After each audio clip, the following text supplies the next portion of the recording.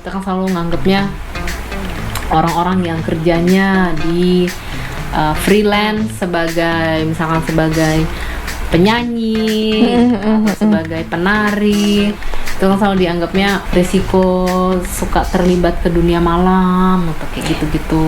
Tapi ya jangan salah gitu, di instansi itu juga isu pelecehan seksual, perselingkuhan gitu-gitu, itu pun sering banget terjadi sebenarnya. Iya. Kalau pengalamanku sendiri, gitu, aku pun pernah secara gamblang gitu mendengar orang yang mengatakan hal yang sangat merendahkan perempuan gitu di dalam rapat. Oh gitu, dalam rapat, guys. Kita lagi ngomongin tentang hak perempuan. Oke.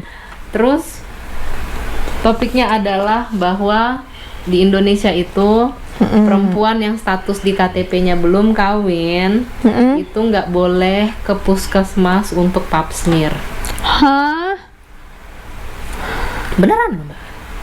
Padahal pap Jadi, smear tuh Pap smear itu kan sebenarnya mengecek kesehatan supaya nggak ada kanker serviks kan. Iya. Tapi di Indonesia karena peraturan kita itu karena dianggap kalau status sipilnya belum kawin, belum punya suami, masih yaitu lajang. Itu ya berarti belum perlu dong melakukan pap smear itu gitu kan. Iya, kenapa ya? Nah, jadinya Iya sih, di puskesmas itu dilarang. Iya, malah kayak dicurigai gitu. Kesannya sudah berbuat senonoh. Nah, ya gitulah. Jadilah itu dibahas kan, karena menurut PBB itu kan menyalahi hak perempuan untuk akses terhadap kesehatan.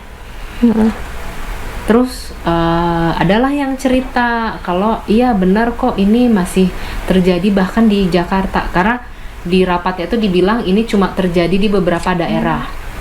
Tapi kemudian dibilang di Jakarta pun masih terjadi kok ini gitu. Karena temanku ada yang begitu. Jadi dia kalau mau melakukan pap smear ini dia harus ke klinik swasta dan bayar sendiri, nggak bisa pakai BPJS.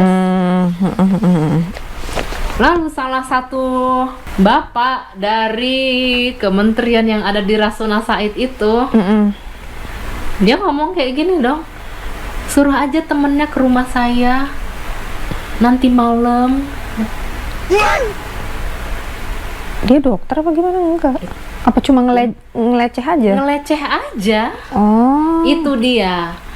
Jadi dan hal kayak gini itu diomongin di dalam rapat. Itu yang pun aku tuh langsung refleks kayak aduh, bener-bener tuh, dan orang lain pada langsung kayak diem gitu kan, karena aku refleksnya langsung agak kersing gitu. Lumayan kan. Vokal, tapi vokalnya keras. Ya mau gimana? Tapi iya sih refleksnya kayak gitu, kayak yang bener aja loh gitu kan. Nah jadi itulah orang yang cuma punya jabatan tapi nggak punya value.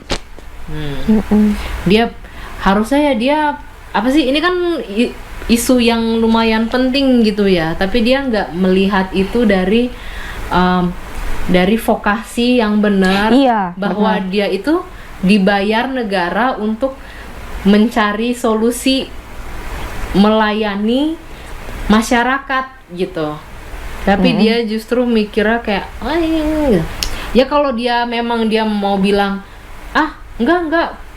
nggak usah didengar tuh orang yang kayak gitu, itu kan memang kita hukumnya negara kita begini gitu. Ya kalau dia ngomongnya begitu ya aku lebih appreciate lah gitu ya. Kalau dia mau kaku aja gue nggak mau, nggak ada tuh kita melayani perempuan yang statusnya belum punya suami tapi dia mau akses untuk periksa yang kayak begini gitu.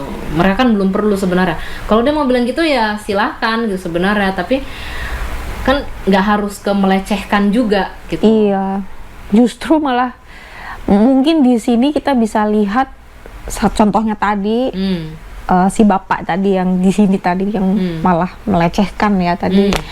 Itu malah mungkin merasa karena dia seorang pejabat punya posisi lah itu guys, Jadi kayak ya entah maksudnya bercanda apa itu juga entahlah, cuma ya gitulah gitu loh. Jadi kayak ya kalau dia memaknai pekerjaannya beda tadi makna tadi ya bedanya memaknainya sebagai tahta ya dengan yang sebagai vokasi ya gitulah, begitu ada resiko.